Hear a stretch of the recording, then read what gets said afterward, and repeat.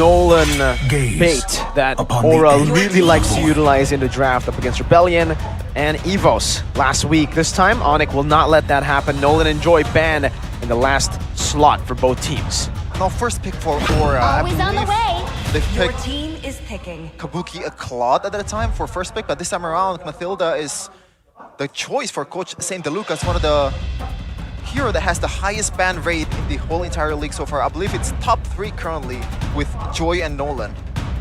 A lot of utility, Arashi. You can engage, disengage, and those triple healing slash shield combo is very, very annoying. Your You team can tend to miscalculate on those.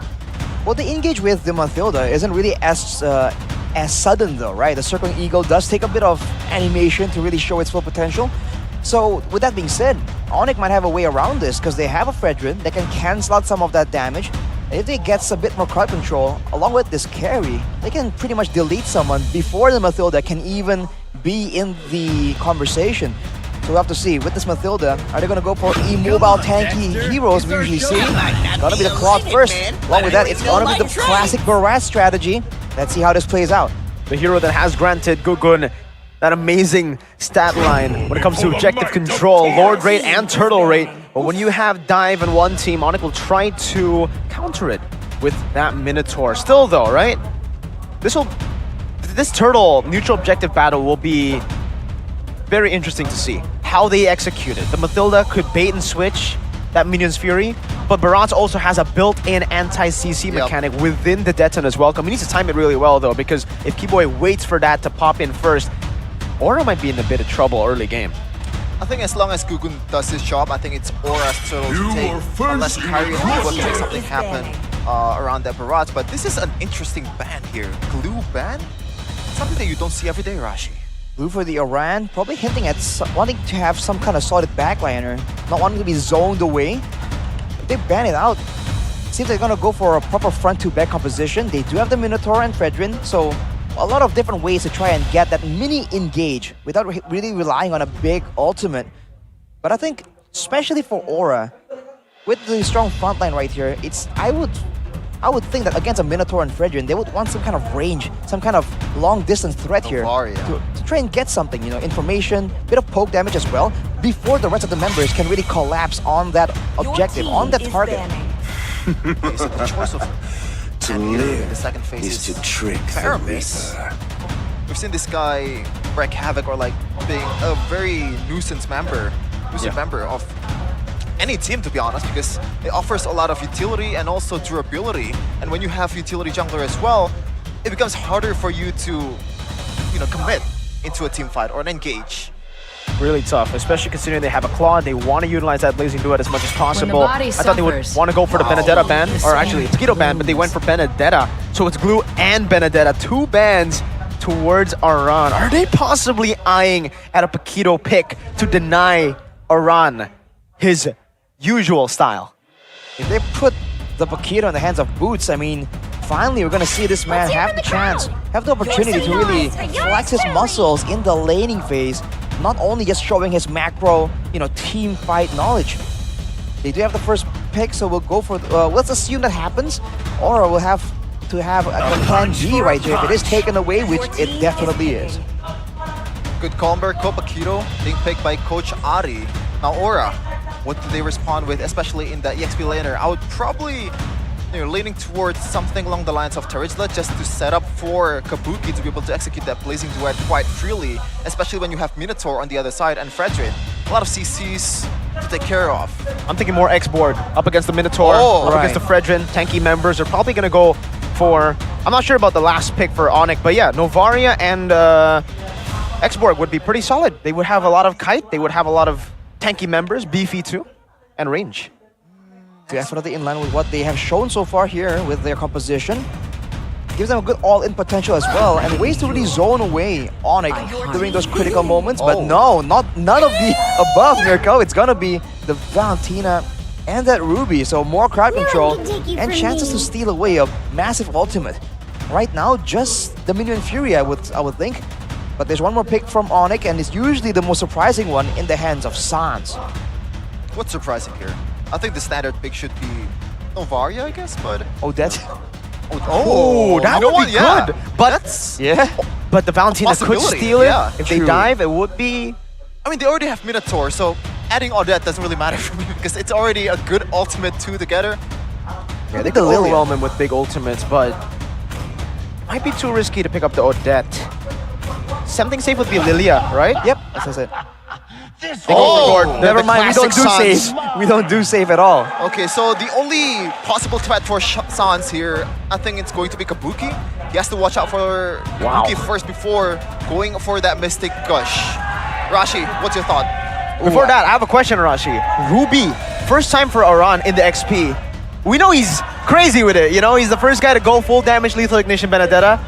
Are we gonna see a full damage Ruby in the XP lane? Nah. I don't know. I feel like it must be some kind of semi-build for sure. They do have a Barats and a Mathilda, so technically if they want to go for that, they do have the tankiness already available that's filled in by the other heroes. So it's a possibility, but I don't feel like that full damage Assassin Ruby will bring that much value as compared to a tanky, sustainable, reapplying crowd control Ruby. Yeah, we're gonna see what's gonna happen. Two teams has already picked their lineup. It's the battle of the Dwellers of the Sky. Will the sky turn red or yellow? In MPL Indonesia Season 13, it's ONIC versus Aura. All troops deployed. 4-0 is what ONIC are looking for. Still, untouchable this season. Though I do have another question here. Sorry to overload you guys with questions, but in this matchup, XP, you're an XP laner, Sheffin. Ruby versus Paquito, how does that go? I think in early game, obviously Paquito gonna wreak some havoc, especially the damage trade is gonna favor Paquito more than Ruby, but the later the game goes, you rack up those defensive items and also a little bit of life steal. I don't think Ruby is in no danger at all when it comes to 1v1 against Paquito. Ooh, might wanna wait for a bit before you make that call, Shevin, because Aran just got beat down. In the lane, the Paquito is gonna be so dangerous. With the Quantum Charge though, he'll get a bit of sustain, and he's gonna be a lot more mobile than the Ruby, so the roam game is what I'm looking at, as Yawi just gets chunked down. That's a Paquito threat that ONIC will definitely try and use while they have it. Yawi, a bit of outside of his comfort zone, I would say. He's used to these pick-off heroes, those Kajas, those Chao, and this time, it's a Mathilda. He's gonna enable his teammate to be able to get those objectives and also kills. Kairi a bit aggressive here against Yawi, forces the recall.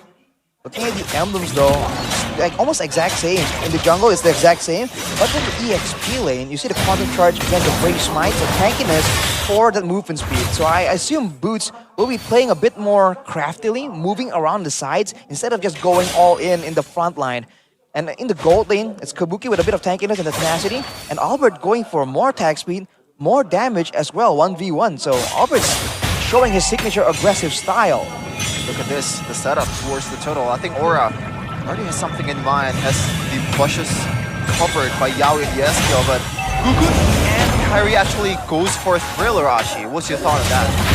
Just want to get fast clear, and in this condition, in this matchup right here, where both want to try and contest for the neutral objective, having a faster clear is definitely a big factor, but also the control here, and ONIC definitely has more card control in the early stages. Two-man taunt from Kairi, who jumps in with his Fury as well. But it will be secured by Gugun, using the Deton as well. Come now. Only now does he use it to try to look for an initiation or to counter it. ONIC concede. Whoa. How cheeky that is, Arashi. Yes. Minotaur hasn't had the level 4 yet, but Yeskiel already had the Minotaur locked on. That's just impudence coming in from Aura, and it's great to see that they're not buckling under the pressure here, going up against the favorites for this matchup. Taking out the talent prediction by Samsung Galaxy. We know what's going on with Mirko, but hey, for the most part, I mean, over there, Lim Kochul is with you on the Indonesian desk, Mirko. Yeah, it's just me and Lim. Or actually Lim alone. Really depends on how you see it, right? Right. Very, very convenient. So first total already secured by Aura. Very good, very positive early game so far, but it's only 300k. I mean, 300 gold. Still definitely a minor gold advantage. But considering the fact that Aura did get the turtle, it seems like ONIC is keeping up in farm and clear speed. So that is something that Aura definitely have to take in consideration. They can be winning, but is it enough? Whoa! Wow, Denson is welcome onto Kiboy. That's the roamer. Pinned down now. It's a Mystic Gush onto the Minis. We're going to be lost to double. He's going to went from Kabuki in the back, just freaking havoc. Finds an Appraiser's Wrath, gets a bit of HP back. It's only a 1-for-0 traded, and it's Gogun who falls. ONIC win out. But that looks so good for Aura, Arashi. What happened there? Well, the fact that they were the ones pulling the trigger on the play means that they have less crowd control tools to really try and win out in the fight, because they had to spend some to really get the catch in the first place. For ONIC, it's the exact opposite. They layer everything perfectly, and they know who they're going for, and they have a lot more burst damage at their disposal. The Gord against the Valentina, we're seeing it again. Purify, the Master Assassin, doing work. Kabuki trying to sustain back in this lane. Master Assassin doing work, but also Tenacity from Kabuki also doing work. Seems like he knows that he's gonna be the prime target for ONIC, especially Kiboy had those knockups. You can't really escape those knockups when you're trying to go in for Kabuki. Second turtle, Yawi dragging the turtle. I feel like for ONIC, they are very happy to go for those pickoffs, go for those counter engages like that, you know? You get caught with one crowd control tool, you never know when the rest of the team are gonna follow up on it. For Aura, it's the exact opposite. They have to try and find a really favorable fight and, you know, feint, move back and forth a bit in order to bait out some of these spells using the Mathilda. One of the power picks they prioritize picking it first. Oh, Gugun, or to use the Detonus welcome. Kairi steals it away from under his feet. Gugun now stunned up and Mystic Projectile and a Mystic Gush doing damage as he flickers out safety as Aran tries to dive into the back. Kairi brought back to the team by Gugun with the missiles now as Kairi will be taken out. Boots looking for an angle. Aran, the Aran Wolf King stopping him in his tracks. And ONIC will back away. They will take that trade. Not for long. The Aura are actually going to be the ones walking up. Boots! Knockout strike to knock Yawi out. Aran jumping in all the way under the turret. Gogun here backing him up onto Kiboy. Will try to look for more, but in the end they will be forced to back away. And ONIC get an amazing double Mystic Projectile. Gush again from Suns!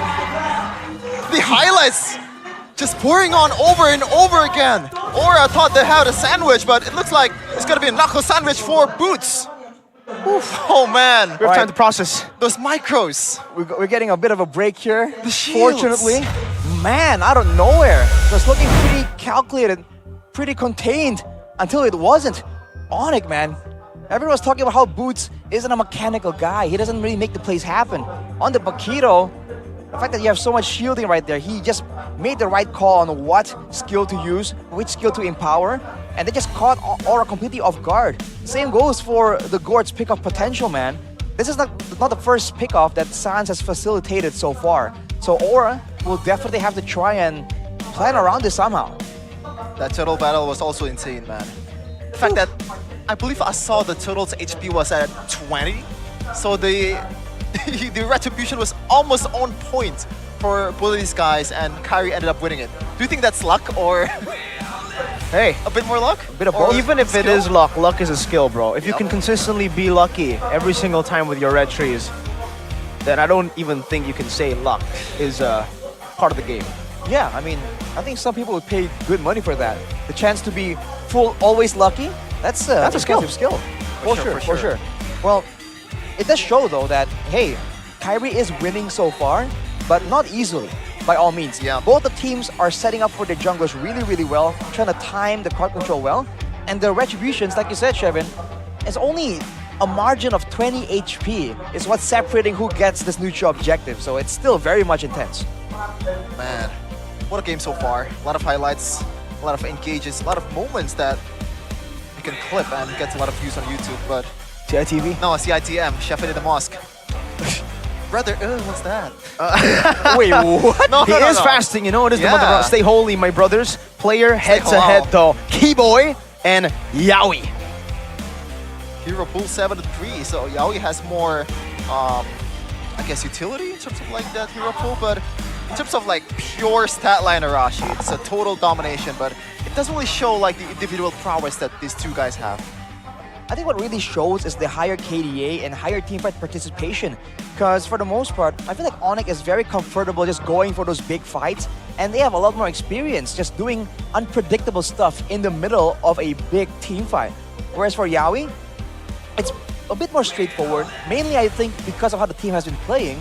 It's all about those pickoffs. It's all about the quick executions. When it comes to a slow back and forth build-up, we haven't really seen as much coming from Yawi just yet. We have always seen him do the secret, the camping maneuver, just catching you off guard, but only for a split second. Shameless bush camper is what Yawi is, Mirko. We've seen this a lot of times. Finally, we got to see it in MPL ID. And I'm loving it. I'm loving it. I'm loving the initiations from Yawi. So far, he's been amazing, really, especially last week when they took down the Blues, both Glory, Evos, and Rebellion Esports. Even Aura, or Aran, said in the interview, blue team's done. They're moving on next to the yellow and orange teams, perhaps. But that is a tough matchup for them. We can see it right here. Against most teams, they probably have 2 neutral objectives by this time, but kairi just snuck one out under the rug.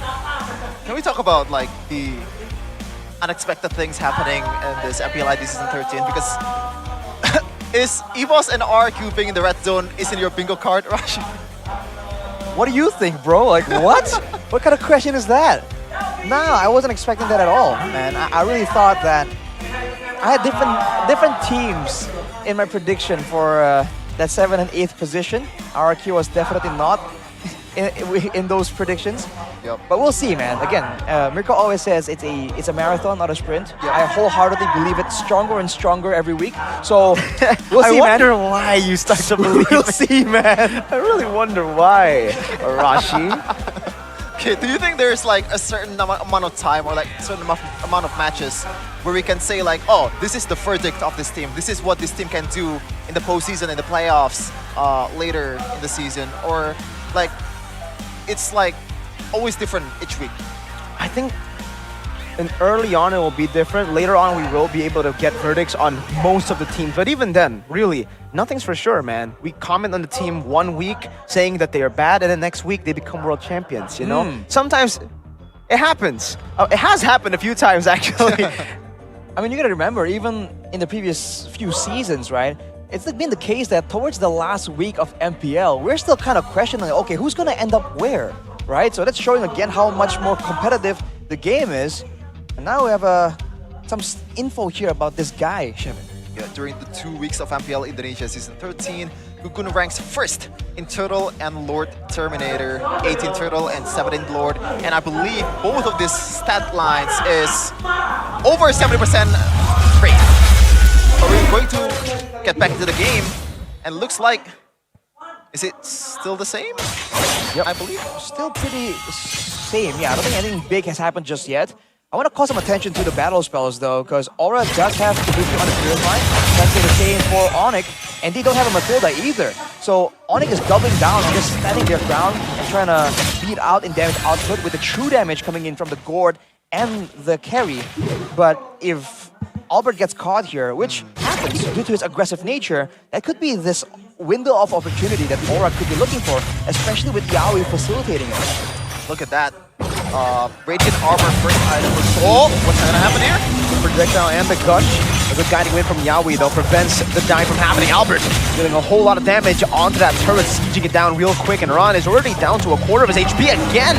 Chunked down. Still able to sustain back up. Gugun on the turtle. ONIC doing the same thing. Sans barely getting out of those missiles from bringing him back.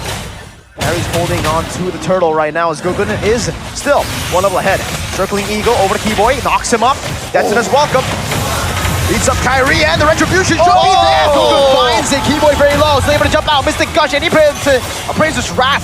Comes down, but Aura, they just back up. Kabuki is in the midst of it all, gets knocked up by Kai. Pops in that Purify, and Yawi will be flickering out to safety. A turtle traded in again. This time, no kills. Wow, 2-1 so far for Gugun, but oh, that was so unfortunate, man. Arashi, if Kabuki was fast enough to press that Purify, things could have been way more south for ONIC.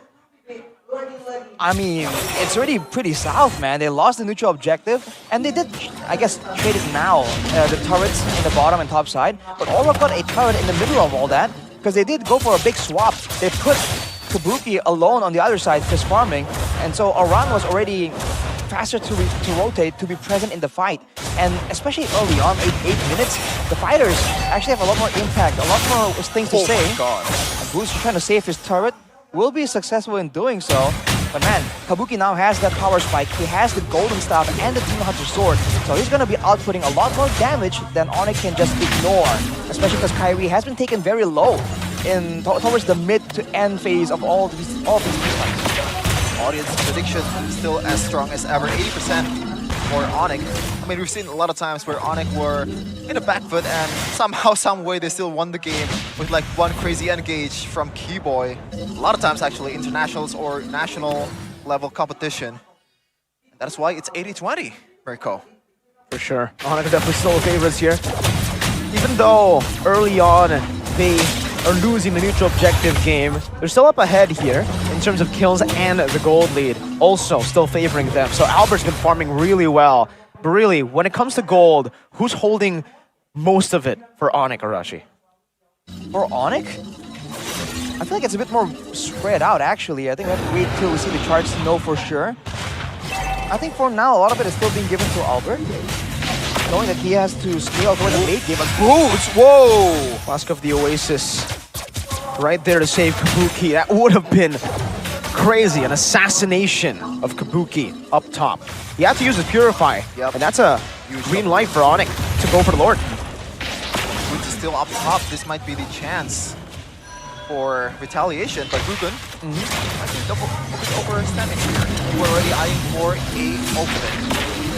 I feel like whoever goes for the other team first instead of the neutral objective will come out on top right here. We're seeing a big battle between counter engages, mainly facilitated by the Minyu and Fury coming from Kiboy and Yehezkiel.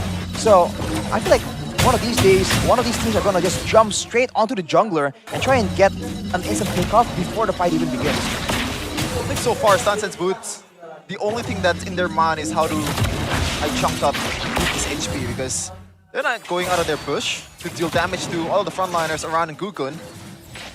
Look at that. Right on cue. What a menace. Boots with the assassination potential right here, but oh, Kiboy gets very, very close. Look at Boots though, he is squishy, so he needs to be a bit more careful here. Knockout strike 2 times onto Oran. Gets him low. The guiding wind still there to grant him a bit of HP back. 10k HP on the Lord. 8k now, down. Boots jumps into the back, trying to zone. Guiding wind and circling eagle from Yawi to get out. Gugu now to miss a ball. Kiboy is the one who secures it. Yehezkiel goes in for an attempted steal with a stolen Minion's Fury. Out of the 2 junglers, it's Kiboy. I mean, that's what happens if there's too much CC around the map. It's gonna, like, someone's gonna steal it from the junglers. I mean, when you time the cloud control so well, so perfectly, and when the margin of error is 20 HP, you can bet a lot of money that the roamers will be able to sneak some of these neutral objectives away. Oh, man. Now, for the most part, to answer your question, Mirko, Boots has the gold advantage. He's going for full physical defense, man. Dominance Ice and a Blade Armor, trying to counter Kabuki, one of the main reliable damage output sources. And only with a Hunter Strike, he's able to zone everyone away. And that adaptation really allows them to get control there, but he's fighting now on the bottom side. Oh, what's gonna happen? Onto Boots 2v1. Boots gets the shielding, dashes away right now. Kabuki tries to chase him, but he leaves the turret up top to be defended by only Gugun. Mystic Dash on the Yehezkiel, who's stolen away. The Minion Fury, Gugun's 1 HP, and they don't even want to go for him. They know there's a Flask of the Oasis. They get a turret with a First Lord, and they're looking to siege even more. Boots is playing the way Oran does on the Paquito. The margins, Sarashi, once again, it's not just objective fights, it's also when there's a team fight. Just 1 HP, that's literally 1 for Gugun. Oof, man, Gugun just had no way out right there. That is the pickup potential we've been talking about. The single target focus damage that ONIC has at their disposal. Now with Kiboy securing the Flash of the Oasis as well, the team fights are gonna get even more difficult. That is before they can even deal with Boots right here. Usually we see Boots, or we see Paquitos who are trying to go for a split push mentality, go for a sprint, to try and get a lot more value, a lot shorter cooldown on the battle spell. But he's also making plays in the team fights. That is why he's using that flicker, and he's been doing great. He really has. Boots has been doing even better. Kabuki gets chunked to half HP, and Boots knows that that's all he wants to do. He just wants to chunk Kabuki right before these team fights, these skirmishes are on with a Sea Halberd. Yep. All right, so he has a War Axe and Sea Halberd and a Brute Force Breastplate. So movement speed, stacking it up, and also going for a lot of damage here. he might be the one that's sent over to try and deal or zone with Sans right here. I mean, I'm on board, man, because so far Kabuki is not present at all in the team Boots? fight. Yeah, I mean, it makes sense. But I probably would expect Sans to be with... Oh. Oh my goodness gracious. He's trying to take it away, certainly, with that Mystic Projectile and Gush. I think so. That's the odd potential you have on a gourd. That was what allows this gourd to really rise in popularity. The fact that you can have good wave clear, safe wave clear, because you can leave the Mystic Yeah. field there, but So also annoying. have a lot of ways to go for a catch, a pickoff, and still output a lot of damage in AoE fashion in the later stage of the game. Now with ONIC controlling the Lord Pit, I think Aura will have to try and find a way in now. It's going to be a lot more difficult. Boots. He's waiting for Kabuki, jumps in right now. Does the Wind of Nature get popped? No, it's only the guiding wind right now for Yawi. Albert walks up around, gets assassinated, one more hit! Around flickers out to safety just in time, barely. And they chunked Aura enough to maybe go for the Lord for free. Gugun is in no position to contest. Sans pops in that Mystic Gush to zone him away. Perfect execution of this Lord take for the Sky Kings. We've talked about this, Arashi, the killer mentality, the difference of Albert and CW. Just, there you go, that's it. I mean, that was just layers and layers of play from ONIC. The fact that Boots was able to make everyone panic because they thought that, oh, Kabuki's gonna pick off. Before you know it, Arwan is the next target. Now Gugun! Oh no. Retribution, Mystic Gush. There's a guiding wind to grant him to safety. Now we take a look at the items. Oof. ONIC just not letting Aura breathe at all. Sans is going for the double wand build here, along with the Enchanted Talisman, so a lot of cooldown already available. He's just gonna spam it out, and even if you don't get hit by the Mystic Projectile, if you get slowed just a bit, the whole roster of ONIC have a lot of catch-up potential. Circling Eagle onto the back, Kairi with the taunt. Trying to siege this down, Albert free hitting. Will be able to take this turret down as 2 base turrets. And Lord still up top. Yehezkiel's been tanking it now. Finally, Gugun takes the aggro, clears it out. Minion wave in the mid lane, still super minions coming down. Around, getting caught in the Mystic Projectile, taunted up, and now still caught in the Mystic Gush for such a long time. Kairi gets eaten now, spat back out. Mini Fury out to the back by kiboy. But Yehezkiel doing the same thing, not enough damage to follow it up. Kabuki's already so low. Boots assassinates him in the back, and Albert executes the game plan. Now it's Kabuki who pops in a blazing duet. Not enough damage. Sans is still at half HP. Albert is healing back. Kabuki, Battle Mirror image in the front. Albert jumping forward. Mystic Gush! Oh! He tried to predict the Battle Mirror image, but Kabuki is still able to defend. Dodges away from the Mystic Projectile. Sans needs to find an angle. He gets it! The glowing wand is ticking on, and the Mystic Projectile has to be dodged away by Kabuki with the Battle Mirror image. Now with Sans, who is sieging down the mid-base turret. He finds it. He doesn't get the Mystic Projectile, though. And Aura defend 60 minutes in. Have you ever seen this? It's a 1v1 base battle between a mid laner and a gold laner. Sans! That was like, I would say, one step further, like one step too much. Predicting that Mystic Projectile, he should have gone for it, man. He shouldn't have predicted it. The fact that ONIC even went for the end there, kind of, to try and get the kill onto Kabuki, is surprising enough for me. Because usually you see a more decisive, a more disciplined ONIC, but they're like, okay, you know, the waves are not available, but we'll get you somehow. It's almost like Albert influenced the rest of the team to go in with that killer instinct. Wow. Man, the base turret is gone for Aura, but look at the gold. Before this, it was like 7.6k. Now it's 4.2k, so... Oh my goodness gracious. He can't keep getting away with this, man. Yeah. It's the third time in this game. He keeps getting it done.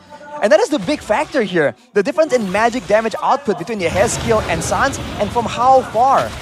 For the most part, if you look at the itemization, even Boots only now has the final item being an Oracle, right? He was building physical defense for the longest time, knowing that Yehezkiel has to pick up the Minion Fury instead of higher damage spells in these fights. The same can't be said for Aura, just like that, the zoning ultimate from Sans.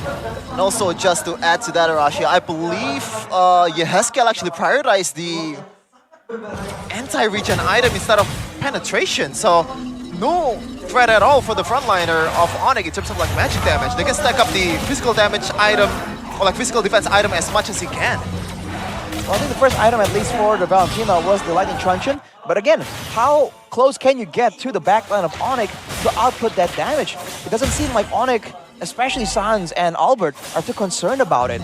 Sans now has the Winter Truncheon, but I believe that's not really made to try and deal with, you know, with the burst potential. It's more about trying to avoid the blazing duet maybe, or Aran just jumping in, trying to burst him down.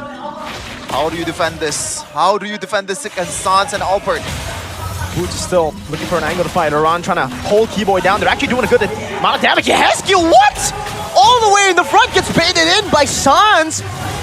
And he falls before ONIC even looked for a full team fight. Kairi in the front now, holding around down. A Mystic Gush dodged away from Kabuki. He's taking a whole lot of damage from that though. Just back to the battle mirror image. They haven't been able to defend right now as Aran gets taunted up. The guiding wind is there, but Aran doesn't go for it just yet. Aim offended to lock Boots down. Kabuki on a killing spree this time round. An Appraiser's crash to the back. Now it's a winter truncheon by Gugut. The Minus Fury, but they stay objective. They target the base down and they secure game number 1.